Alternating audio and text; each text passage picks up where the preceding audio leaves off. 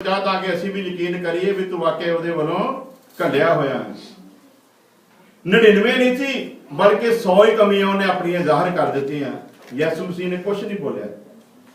ਜਿਹੜਾ दूसरे पासे लटकाया होया सी उन्हें क्या कहता बेवकूफ इंसान असी तो अपनी करनियां दी सजा पहली तौबा सी ओदी। हालेलुया। कहता असी अपनी करनियां दी सजा भुगत रहे हैं पर ये जड़ा साडे नाल लटकाया गया ये बेगुनाह है। हालेलुया। पाक रूह ने उहदे ते प्रगट कर दिता ये जड़ा साडे नाल लटकाया गया ये ते बिल्कुल बेगुनाह है, इहदे विच कोई भी गुनाह नहीं है।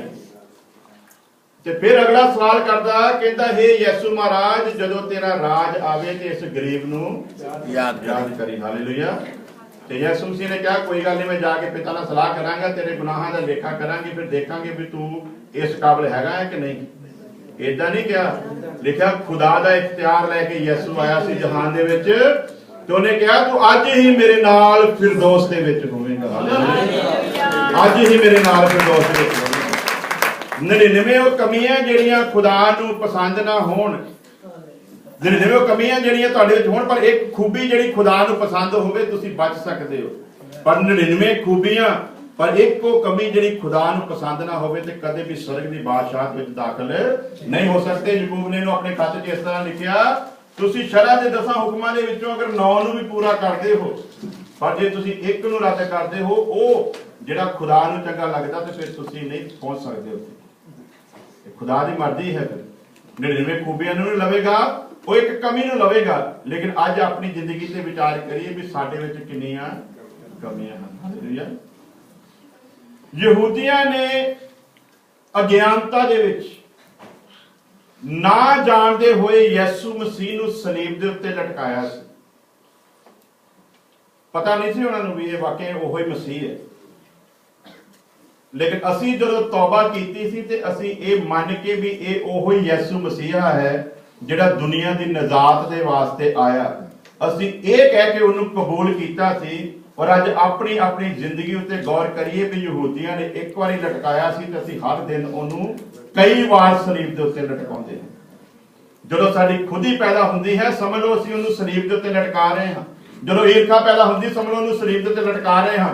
जो किसी के बारे बुरा विचार करते हो समझ लो सलीब दे उत्ते लटका रहे हैं। वो सारे काम जिहड़े उन्हें पसंद नहीं हैं जो असीं करते हैं समझ लो असीं उन्हें हर पल सलीब दे उत्ते लटका रहे। यहूदियां दा गुनाह बेशक माफ हो जाए क्योंकि अनजाने दे विच कीता सी, लेकिन असीं जिहड़े गुनाह करते हैं वो जान के करते हैं, इसलिए ना इस युग दे विच ते ना आउण वाले युग दे विच माफ कीते जाणगे। इसलिए कहंदा हे बुरियारियो, हे कुकर्मियो, हे जनाकारो मेरे तो दूर हो जाओ क्योंकि मैं तुहानू नहीं जानदा। वो कहंदे असीं तेरा नाम लेके मुर्दे जींदे कीते सी, कहंदा मैं तुहानू जानदा। कहंदे असीं कैंसर वाले चंगा कीता सी, कहंदा मैं तुहानू जानदा। कहंदे असीं बड़ियां बड़ियां वड्डियां करामातां कीतियां तेरे नाम दे विच कीतियां। यसू मसीह की कह रहा है तुसीं मेरे लिए सेवा नहीं सी कीती, तुसीं ज़ना कीता सी, तुसीं कुकर्म कीता सी, सेवा नहीं सी की। एक घाटा की लिखा बुद्धवान बुद्ध दे उत्ते मान ना करे, ताकतवर ताकत दे उत्ते मान ना करे ते धनी इंसान अपने धन दे उत्ते मान ना करे। जे मान करना है तो सिर्फ इस गल दे उत्ते करे भी वो परमेश्वर नूं जानदा ते समझदा है। हालेलुया। खुदा दे एक दास एक इलाके विच गया, बड़े लोग इकट्ठे होए, बड़ा फेमस सीगा। स्टेज उत्ते खड़ा होके उन्हें एक सवाल कीता। हालेलुया। आज जो सवाल तुहाडे नाल भी करते हैं कि असीं खुदा नूं जानदे ते समझदे हां। हालेलुया। किन्ने लोग है जिहड़े इस चीज नूं सहमत है कि असीं खुदा नूं जानदे हां ते समझदे हां। ध्यान नाल हत्थ खड़ा करियो। हालेलुया। उन्हें पूछा कहना किन्ने लोग आ जिहड़े खुदा नूं जानदे हां ते समझदे हां। सारिआं ने हत्थ खड़ा कर दिता। उन्हें रब का शुक्र किया तो स्टेज तो उतर गया।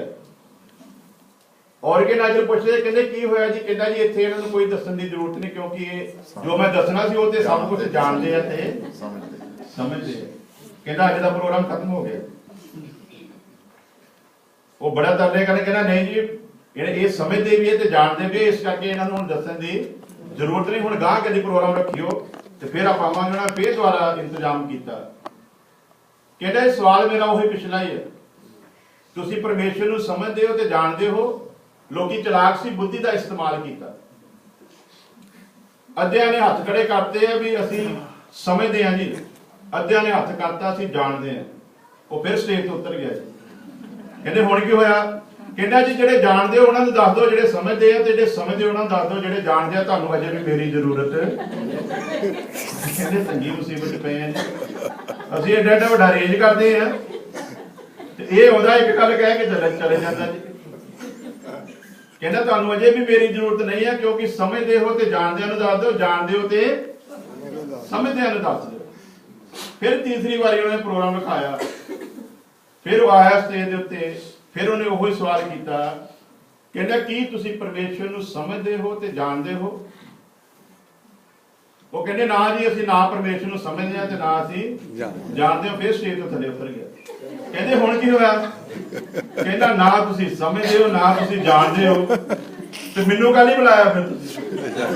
ਮੇਰੇ ਕੋਲ ਕੀ ਸੁਣਨਾ ਚਾਹੁੰਦੇ ਹੋ? ਤੁਹਾਨੂੰ ਅਜੇ ਵੀ ਮੇਰੀ ਜ਼ਰੂਰਤ, ਅਜੇ ਵੀ ਐਸੀ ਗੱਲ ਨਹੀਂ ਹੈ ਵੀ ਜਿਹੜੀ ਤੁਹਾਨੂੰ ਦੱਸੀ ਜਾਵੇ। ਉਹ ਕੋਈ ਸਮਝਦਾਰ ਬੰਦਾ ਸੀ, ਕਹਿੰਦੇ ਵੀ ਇਹਦੇ ਨਾਲ ਗੱਲ ਕਰੋ, ਜਾਂ ਤੇ ਅਸੀਂ ਠੀਕ ਨੇ ਤੇ ਜਾਂ ਫਿਰ ਇਹ ਠੀਕ ਨੇ। ਕਿਉਂਕਿ ਏਦਾਂ ਦੇ ਵਿਚਾਰ ਹੋ ਜਾਂਦੇ ਕਈ ਵਾਰ। ਉਹ ਕਹਿੰਦਾ ਵੀ ਕੀ ਗੱਲ ਕਹੀਏ ਵੀ ਜਿਹੜਾ ਤੂੰ ਕੁਝ ਸੁਣਾਉਣ ਦੇ ਲਈ ਤਿਆਰ ਹੋ। ਕਹਿੰਦਾ ਮੇਰੇ ਸਵਾਲ ਦੇ ਉੱਤੇ ਇਹ ਖਾਮੋਸ਼ ਰਹਿ ਜਾਂਦੇ। ਇਹਨਾਂ ਦੀ ਖਾਮੋਸ਼ੀ ਇਹ ਬਿਆਨ ਕਰਦੀ ਕਿ ਸੱਚਮੁੱਚ ਇਹ ਖੁਦਾ ਦੇ ਬਾਰੇ ਕੁਝ ਜਾਣਨਾ ਚਾਹੁੰਦੇ। ਪਰ ਜਦੋਂ ਅਕਲ ਲੈ ਕੇ ਅਸੀਂ ਬਹਿੰਦੇ ਹਾਂ, ਉਦੋਂ ਖੁਦਾ ਦਾ ਦਾਸ ਕਿੱਡਾ ਵੀ ਵੱਡਾ ਤਜਰਬਾ ਦੱਸ ਦੇਵੇ, ਤੁਹਾਡੀ ਜ਼ਿੰਦਗੀ ਉੱਤੇ ਕਦੇ ਕੋਈ ਅਸਰ ਨਹੀਂ ਹੋ ਸਕਦਾ। ਪਰ ਜਦੋਂ ਇਹ ਸੋਚ ਕੇ ਕਿ ਮੈਂ ਸਖਣਾ ਕਰਕੇ ਆਇਆ, ਮੈਂ ਖਾਲੀ ਕਰਕੇ ਆਇਆ, ਤੇ ਫਿਰ ਖੁਦਾ ਆਪਣੇ ਪਾਕ ਰੂਹ ਦੇ ਨਾਲ ਤੁਹਾਨੂੰ ਆਪਣੇ ਘਰ ਤੋਂ ਭਰ ਕੇ ਭੇਜੇਗਾ। ਹਾਲੇਲੂਇਆ। ਪਰ ਅਸੀਂ ਤੇ ਪਹਿਲਾਂ ਹੀ ਭਰੇ ਹੋਏ ਆਉਂਦੇ ਆ, ਆਪਣੀਆਂ ਬਦੀਆਂ ਦੇ ਨਾਲ ਭਰ ਕੇ ਉਹਦੇ ਅੱਗੇ ਬਹਿੰਦੇ, ਆਪਣੇ ਘਮੰਡ ਦੇ ਨਾਲ ਭਰ ਕੇ ਬਹਿੰਦੇ, ਆਪਣੀ ਤਾਕਤ ਦੇ ਨਾਲ ਭਰੇ ਹੋਏ ਬਹਿੰਦੇ ਆ, ਆਪਣੇ ਧਨ ਦੇ ਨਾਲ ਭਰੇ ਹੋਏ ਬਹਿੰਦੇ ਆ। ਉਹ ਕਹਿੰਦਾ ਕੋਈ ਗੱਲ ਨਹੀਂ, ਫਿਰ ਇੱਕ ਚੀਜ਼ ਹੀ ਭਰੀ ਜਾਣੀ ਹੈ, ਜਾਂ ਤੇ ਇਹਨਾਂ ਚੀਜ਼ਾਂ ਨੂੰ ਆਪਣੇ ਨਾਲ ਭਰ ਲੈ, ਤੇ ਜਾਂ ਫਿਰ ਮੇਰੇ ਕਲਾਮ ਦੇ ਨਾਲ ਤੂੰ ਭਰ ਜਾ। ਇੱਕੋ ਚੀਜ਼ ਤੇਰੇ ਚ ਆਉਣੀ, ਜਾਣਦੇ ਹੋ ਤੇ ਸਮਝਦੇ ਹੋ। ਜਾਣਦੀ ਹੈ ਔਰਤ ਜਦੋਂ ਸ਼ਾਦੀ ਹੁੰਦੀ ਹੈ, ਉਹ ਜਾਣਦੀ ਹੈ ਕਿ ਇਹ ਮੇਰਾ ਪਤੀ ਹੈ, ਉਹ ਜਾਣਦੀ ਹੈ ਕਿ ਇਹਦੇ ਨਾਲ ਮੇਰਾ ਰਿਸ਼ਤਾ ਹੋਇਆ, ਉਹ ਜਾਣਦੀ ਇਹਦੇ ਨਾਲ ਮੇਰਾ ਨਿਕਾਹ ਹੋਣ ਜਾ ਰਿਹਾ, ਉਹ ਜਾਣਦੀ ਮੈਂ ਇਹਦੇ ਨਾਲ ਆਪਣਾ ਜੀਵਨ ਬਤੀਤ ਕਰਨਾ ਹੈ, ਉਹ ਇਸ ਚੀਜ਼ ਨੂੰ ਜਾਣਦੀ ਹੈ। ਪਰ ਸਮਝਦਿਆਂ ਸਮਝਦਿਆਂ ਸਾਰੀ ਜ਼ਿੰਦਗੀ ਲੰਘ ਜਾਂਦੀ ਫਸ ਸਾਲ। ਪਤੀ ਸਮਝਿਆ ਨਹੀਂ ਜਾਂਦਾ। ਜਦੋਂ ਸਮਝ ਆਉਂਦਾ ਪਤੀ, ਉਦੋਂ ਬੜੀ ਦੇਰ ਹੋ ਜਾਂਦੀ। ਪਤੀ ਹੱਸਣ ਨਾਲ ਤੁਹਾਡੀ ਵਾਰੀ ਆਉਣ ਵਾਲੀ। ਹਾਲੇਲੂਇਆ। ਕਈ ਵਾਰੀ ਭੈਣਾਂ ਬਾਅਦ ਗੁੱਸਾ ਕਰਦੇ ਨੇ, ਕਹਿੰਦੇ ਸਾਡੀ ਕਲਾਸ ਲਾ ਕੇ ਪਤੀਆਂ ਬਾਰੇ ਕੋਈ ਦੱਸੇ ਨਹੀਂ। ਜਾਣਦੀ ਹੈ ਪਰ ਸਮਝਦੀ ਨਹੀਂ। ਕਿਉਂ ਨਹੀਂ ਸਮਝਦੀ? ਪਹਿਲੋਂ ਇਸ ਕਰਕੇ ਨਹੀਂ ਸਮਝਦੀ, ਮੇਰੇ ਭਰਾ ਪਿੱਛੇ ਬੈਠੇ ਆ, ਮੇਰੀ ਟੇਕ ਕੇਅਰ ਕਰਨ ਵਾਲੇ। ਮੇਰਾ ਮਾਂ ਪਿਓ ਬੈਠਾ ਹੈ, ਏਡੇ ਅਮੀਰ ਆਦਮੀ ਹੈ, ਏਡੀ ਉਹਨਾਂ ਦੀ ਗੱਲਬਾਤ ਹੈ, ਏਡੀ ਉਹਨਾਂ ਦੀ ਚੌਧਰ ਹੈ, ਮੈਂ ਇਹਨੂੰ ਕੀ ਸਮਝਦੀ? ਉਦੋਂ ਤੱਕ ਪਤੀ ਸਮਝ ਦੇ ਵਿੱਚ ਨਹੀਂ ਆਉਂਦਾ ਜਦੋਂ ਤੱਕ ਮਾਂ-ਬਾਪ ਦੇ ਉੱਤੇ ਤੇ ਭੈਣ ਭਰਾਵਾਂ ਦੇ ਉੱਤੇ ਭਰੋਸਾ ਹੁੰਦਾ। ਕੀ ਦੱਸਦੀ ਬਾਈਬਲ? ਮੁਬਾਰਕ ਹੈ ਉਹ ਸ਼ਖਸ ਜਿਹਦਾ ਭਰੋਸਾ ਖੁਦਾਵੰਦ ਖੁਦਾ ਦੇ ਉੱਤੇ, ਤੇ ਸਰਾਪਤ ਹੋਵੇਗਾ ਉਹ ਮਰਦ ਜਿਹੜਾ ਕਿਸੇ ਇਨਸਾਨ ਦੇ ਉੱਤੇ ਭਰੋਸਾ। ਹਾਲੇਲੂਇਆ। ਪਹਿਲਾਂ ਇਸ ਕਰਕੇ ਨਹੀਂ ਸਮਝ ਆਉਂਦਾ ਵੀ ਪਿੱਛੇ ਮਾਂ ਪਿਓ ਬੈਠਾ ਹੈ ਤੇ ਭੈਣ ਭਰਾ ਬੈਠੇ। ਉਹਨਾਂ ਭੈਣ ਭਰਾਵਾਂ ਦੀ ਜਦੋਂ ਸ਼ਾਦੀ ਹੋ ਜਾਂਦੀ ਹੈ ਤੇ ਫਿਰ ਆਪਣੀ ਆਪਣੀ ਜ਼ਿੰਦਗੀ 'ਚ ਬਿਜੀ ਹੋ ਜਾਂਦੇ, ਫਿਰ ਭਰਾਵਾਂ ਦਾ ਆਸਰਾ ਜਿਹੜਾ ਉਹ ਹਟ ਜਾਂਦਾ ਹੈ। ਫਿਰ ਵੀ ਪਤੀ ਸਮਝ ਨਹੀਂ ਆਉਂਦਾ, ਕਿਉਂਕਿ ਮਾਂ ਪਿਓ ਫਿਰ ਵੀ ਥੋੜੀ ਬਹੁਤੀ ਸਾਈਡ ਲੈਂਦੇ ਰਹਿੰਦੇ ਆ ਜੀ। ਹਾਲੇਲੂਇਆ। ਫਿਰ ਉਹ ਵੀ ਖੁਦਾ ਦੇ ਘਰ ਵਿੱਚ ਚਲੇ ਜਾਂਦੇ ਆ। ਫਿਰ ਵੀ ਪਤੀ ਸਮਝ ਨਹੀਂ ਆਉਂਦਾ। ਕਿਉਂ? ਕਿਉਂਕਿ ਉਹਦੇ ਦੌਰਾਨ ਨਿਆਣੇ ਜਿਹੜੇ ਆ ਉਹ ਫਿਰ ਜਵਾਨ ਹੋ ਜਾਂਦੇ। ਹਾਲੇਲੂਇਆ। ਫਿਰ ਉਹ ਕਹਿੰਦੀ ਮੈਂ ਇਹਦੇ ਕੋਲ ਕੀ ਲੈਣਾ, ਨਿਆਣੇ ਹੈਗੇ ਆ ਮੇਰੇ ਨਾਲ ਆ, ਮੇਰੇ ਨਾਲ ਸਹਿਮਤ। ਪਤੀ ਸਮਝ ਦੇ ਵਿੱਚ ਨਹੀਂ ਆਉਂਦਾ। ਉਹ ਫਿਰ ਕੁੜੀਆਂ ਜਿਹੜੀਆਂ ਹਨ ਉਹ ਵਿਆਹ ਕੇ ਆਪਣੇ ਆਪਣੇ ਸਹੁਰਿਆਂ ਦੇ ਘਰ ਚਲੇ ਜਾਂਦੀਆਂ, ਮੁੰਡੇ ਵਿਆਹ ਕੇ ਤੇ ਉਹ ਕਹਿੰਦੇ ਆ ਜੀ ਖੁਦਾ ਦੇ ਕਲਾਮ 'ਚ ਲਿਖਿਆ ਪਤੀ ਆਪਣੇ ਮਾਪਿਆਂ ਨੂੰ ਛੱਡ ਕੇ ਤੇ ਪਤਨੀ ਦੇ ਨਾਲ। ਤੁਸੀਂ ਤਾਂ ਐਵੇਂ ਬਹਿਸ ਕਰਨ ਦੇ ਸਾਡੇ ਨਾਲ, ਸਾਨੂੰ ਅਲੱਗ ਕਰੋ। ਹਾਲੇਲੂਇਆ। ਉਹ ਅਲੱਗ ਕਰ ਦਿੰਦੇ ਆ। ਜਦੋਂ ਕੁੜੀ ਵਿਆਹ ਕੇ ਆਪਣੇ ਘਰ ਚਲੇ ਜਾਂਦੀ ਹੈ, ਮੁੰਡੇ ਵਿਆਹ ਕੇ ਆਪਣੀਆਂ ਜਨਾਨੀਆਂ ਲੈ ਕੇ ਅਲੱਗ ਹੋ ਜਾਂਦੇ ਆ, ਫਿਰ ਉਹਨੂੰ ਸਮਝ ਆਉਂਦਾ ਵੀ ਇਹ ਮੇਰਾ ਪਤੀ ਹੈ। ਹਾਲੇਲੂਇਆ। ਫਿਰ ਕਹਿੰਦੀ ਇਹ ਝੁੱਡੂ ਜਿਹਾ ਹੁਣ ਇਹੀ ਕੰਮ ਹੋਣਾ ਹੈ, ਭੈਣ ਭਰਾ ਵੀ ਛੱਡ ਕੇ ਸਾਰੀ ਜ਼ਿੰਦਗੀ ਇਹਨੂੰ ਝੁੱਡੂ ਜਿਹਾ ਸਮਝਦੀ ਰਹਿੰਦੀ ਹੈ। ਐਂਡ ਤੇ ਜਾ ਕੇ ਪਤਾ ਲੱਗਦਾ ਵੀ ਇਹ ਜਿਹਨੂੰ ਝੁੱਡੂ ਸਮਝਦੀ ਸੀ ਅਸਲ ਵਿੱਚ ਇਹੀ ਮੇਰੇ ਕੰਮ ਦਾ। ਇਹ ਸਾਰੇ ਭਰੋਸੇ ਜਦੋਂ ਟੁੱਟਦੇ ਆ ਫਿਰ ਜਾ ਕੇ ਪਤੀ ਸਮਝ ਆਉਂਦਾ ਭੈਣ ਜੀ ਮੇਰੇ ਨਾਲ ਸਹਿਮਤ ਆ ਤਾਂ ਕਰਕੇ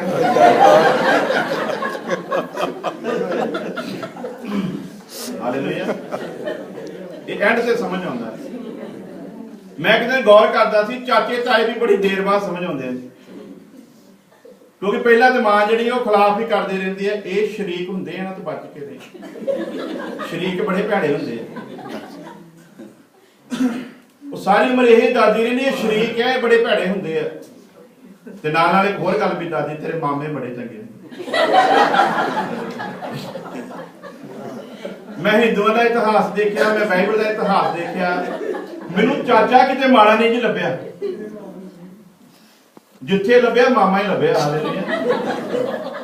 ਯਾਕੂਬ ਦਾ ਉਹਨੇ ਉਹ ਜਲੂਸ ਕੱਢਿਆ ਜੀ, ਇੰਨੇ ਧੋਖੇ ਕੀਤੇ, ਉਹ ਮਾਮਾ ਸੀ। ਹਾਲੇਲੂਇਆ। ਲੂਤ ਸਾਰਾ ਕੁਝ ਲੈ ਕੇ ਅਲੱਗ ਹੋ ਗਿਆ, ਬਾਅਦ ਦੁਸ਼ਮਣਾਂ ਦੇ ਘੇਰੇ ਦੇ ਵਿੱਚ ਆ ਗਿਆ ਤੇ ਚਾਚੇ ਨੂੰ ਪਤਾ ਲੱਗਾ ਜੀ, ਲਿਖਿਆ ਆਪਣੇ ਘਰ ਜੰਮੇ ਨੂੰ ਨਾਲ ਲਿਆ ਤੇ ਲੂਤ ਦੀ ਮਦਦ ਕੀਤੀ ਤੇ ਲੂਤ ਨੂੰ ਛੁਡਾਇਆ। ਹਾਲੇਲੂਇਆ। ਇਹ ਚਾਚੇ ਤਾਏ ਵੀ ਬਾਹਰ ਵਿੱਚ ਸਮਝ ਆਉਂਦੇ, ਜਦੋਂ ਬਾਹਰੋਂ ਕੁੱਟ ਪੈਂਦੀ ਆ ਫਿਰ ਕਹਿੰਦੇ ਚਾਚੇ ਤਾਏ ਚੰਗੇ ਆ। ਇਹ ਐਂਡ ਤੇ ਜਾ ਕੇ ਸਮਝ ਆਉਂਦੇ ਆ, ਜਦੋਂ ਮਾਮੇ ਵੀ ਛੱਡ ਜਾਂਦੇ ਆ, ਸਾਰੇ ਛੱਡ ਜਾਂਦੇ ਆ, ਤੇ ਫਿਰ ਜਦੋਂ ਸਮਝ ਆਉਂਦੇ ਆ ਉਦੋਂ ਇਸ ਹੱਦ ਤੱਕ ਕੰਮ ਪਹੁੰਚ ਚੁੱਕਾ ਹੁੰਦਾ ਵੀ ਫਿਰ ਸਮਝ ਕੇ ਵੀ ਸਮਝਿਆ ਦਾ ਕੋਈ ਫਾਇਦਾ ਨਹੀਂ ਹੁੰਦਾ। ਇਹ ਸਮਝ ਨਹੀਂ ਆਉਂਦਾ। ਸਮਝ ਕਿਉਂ ਨਹੀਂ ਆਉਂਦਾ ਪਰਮੇਸ਼ਵਰ? ਕਿਉਂਕਿ ਅਸੀਂ ਜਾਣਦੇ ਤੇ ਹਾਂ ਕਿ ਪਰਮੇਸ਼ਵਰ ਹੈ, ਅਸੀਂ ਜਾਣਦੇ ਹਾਂ ਇਹਨੇ ਸਾਡੇ ਲਈ ਕੁਰਬਾਨੀ ਦਿੱਤੀ ਹੈ, ਪਰ ਸਮਝ ਨਹੀਂ ਆਉਂਦਾ। ਜਦੋਂ ਤੱਕ ਸਮਝ ਆਉਂਦਾ ਹੈ ਉਦੋਂ ਤੱਕ ਬੜੀ ਦੇਰ ਹੋ ਚੁੱਕੀ ਹੁੰਦੀ ਹੈ। ਤੇ ਖੁਦਾ ਦਾ ਇਹ ਧੰਨਵਾਦ ਹੈ, ਉਹ ਕਹਿੰਦਾ ਆਖਰੀ ਸਮੇਂ ਦੇ ਉੱਤੇ ਵੀ ਤੈਨੂੰ ਸਮਝ ਆ ਜਾਵੇਗੀ ਤੇ ਮੈਂ ਤੈਨੂੰ ਆਪਣੇ ਨਾਲ ਲੈ ਜਾਵਾਂ। ਇਸ ਚੀਜ਼ ਤੇ ਮਾਣ ਕਰੋ ਵੀ ਤੁਸੀਂ ਪਰਮੇਸ਼ਵਰ ਨੂੰ ਜਾਣਦੇ ਹੋ ਤੇ ਉਹਨੂੰ ਸਮਝਦੇ ਹੋ। ਇੱਕ ਭੈਣ ਬੜੀ ਵੈੜੀ ਸੀਗੀ, ਪਤੀ ਦਾ ਜੀਣਾ ਉਹਨੇ ਬੜਾ ਮੁਸ਼ਕਿਲ ਕੀਤਾ ਹੋਇਆ ਸੀ, ਪਰ ਜਦ ਮੱਛੀਆਂ ਫੜਨ ਦਾ ਕੰਮ ਕਰਦਾ ਸੀ। ਇੱਕ ਦਿਨ ਮੱਛੀਆਂ ਫੜਨ ਗਿਆ ਤੇ ਮੱਛੀ ਤੇ ਕੋਈ ਹੱਥ ਨਹੀਂ ਆਈ।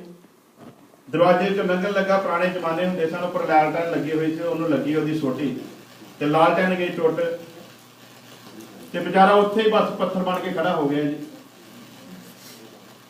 ਸੋਚਦਾ ਵੀ ਹੁਣ ਮੈਂ ਕੀ ਕਰਾਂ। ਇੱਕ ਤੇ ਮੱਛੀਆਂ ਹੱਥ ਨਹੀਂ ਆਈਆਂ, ਇੱਕ ਘਰ ਆਉਂਦਿਆਂ ਨੁਕਸਾਨ ਹੋ ਗਿਆ। ਉਹਨੇ ਤੇ ਪਹਿਲਾਂ ਹੀ ਜੀਣਾ ਮੁਸ਼ਕਿਲ ਕੀਤਾ ਹੋਇਆ ਸੀਗਾ। ਇਹ ਅਮਰੀਕਾ ਦੀਆਂ ਪਤਨੀਆਂ ਵਰਗੀ ਪਤਨੀ ਸੀ ਜੀ। ਹਾਲੇਲੂਇਆ। ਬੰਦੇ ਵਿਚਾਰੇ ਉਦਾਂ ਹੀ ਬੈਠੇ ਹੁੰਦੇ ਵੀ ਕੋਈ ਕੁਝ ਕਹਿ ਨਾ ਦੇਵੇ। ਉਹਨਾਂ ਨੇ ਇਹ ਵੀ ਡਰ ਹੁੰਦਾ, ਘਰ ਟੈਲੀਫੋਨ ਆ 911 ਜਿਹੜਾ ਉਹ ਖੜ ਕੇ ਉਹ ਕਹਿੰਦਾ ਕੁਝ ਨਹੀਂ, ਕਹਿੰਦਾ ਕੋਈ ਗੱਲ ਨਹੀਂ, ਮਨ ਮਰਜ਼ੀ ਕਰ। ਇੱਕ ਦਿਨ ਯਿਸੂ ਸੀ ਜਦੋਂ ਆਊਗਾ ਉਹ ਤੈਨੂੰ ਸਮਝਾਊਗਾ, ਤੇ ਫਿਰ ਉਦੋਂ ਸਮਝਣ ਦਾ ਫਾਇਦਾ ਨਹੀਂ ਹੋਣਾ। ਸਮਝਣ ਦੇ ਵਿੱਚ ਦੇਰ ਹੋ ਜਾਂਦੀ। ਵਕਤ ਦੇ ਉੱਤੇ ਸਮਝਿਆ ਹੋਵੇ ਤੇ ਫਿਰ ਠੀਕ ਰਹਿੰਦਾ ਹੈ। ਹਾਲੇਲੂਇਆ। ਸਮਝ ਨਹੀਂ ਆਉਂਦੇ ਸਾਨੂੰ ਰਿਸ਼ਤੇ, ਸਮਝ ਨਹੀਂ ਆਉਂਦਾ ਸਾਨੂੰ ਖੁਦਾ। ਇੱਥੋਂ ਤੱਕ ਕਿ ਸਾਰੀ ਜ਼ਿੰਦਗੀ ਅਸੀਂ ਆਪਣੇ ਆਪ ਨੂੰ ਨਹੀਂ ਸਮਝ ਪਾਉਂਦੇ ਵੀ ਅਸੀਂ ਹੈ ਕੀ ਹਾਂ। ਇਹ ਦੇਰ ਬਾਅਦ ਸਮਝ ਆਉਂਦਾ। ਲੇਕਿਨ ਸੁਲੇਮਾਨ ਨੇ ਕਹਿੰਦਾ ਹਰ ਚੀਜ਼